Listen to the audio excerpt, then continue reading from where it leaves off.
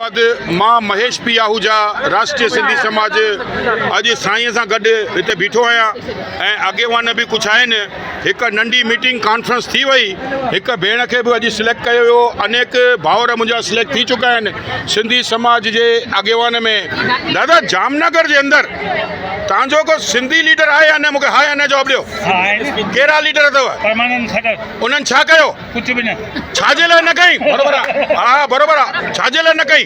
उनखे पंहिंजी खिताब न दादा, ॾिसो, तव्हां सिंधियुनि में एकता हुजे हा त परमानंद खट्टर खे मां सुठे नमूने सुञाणंदो आहियां, मुंहिंजो दोस्त बि अथव, पर उन्हनि खे तव्हां सिंधियुनि जो सपोर्ट कान्हे।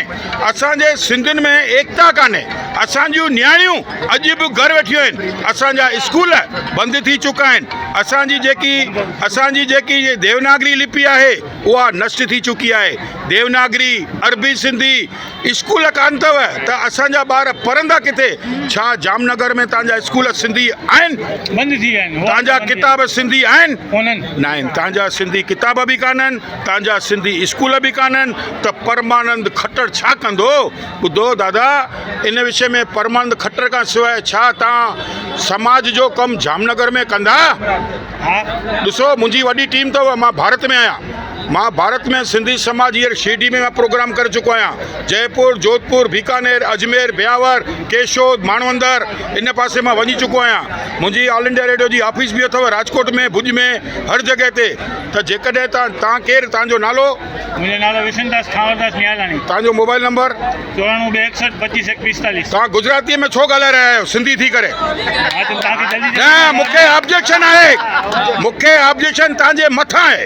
तव्हां सिंधी थी करे सिंधीअ में ॻाल्हायो, हिंदीअ में ॻाल्हायो। 94 261 25 145। बसि, हाणे जय झूलेलाल। हाणे ॾिसो, अॼु तव्हां जेकॾहिं ईअं कंदा न, गुजरातीअ में तव्हां ॻाल्हाईंदा न, त इहो असांजी वॾी भुल आहे। अॼु जेको NCPL आहे, NCPL, तव्हां दिल्लीअ जो NCPL, उन जा पैसा ईंदा आहिनि त गुजरातीअ में लिखंदा आहिनि। गुजरातीअ में न लिखो, सिंधीअ में लिखो, देवनागरीअ में लिखो।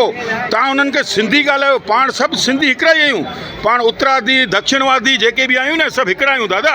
अॼु हिते मीटिंग कई वई राष्ट्रीय सिंधी समाज जी, घणा अॻेवान हिते जुड़िया ऐं कृपा थी वई दादूराम साहिब जी।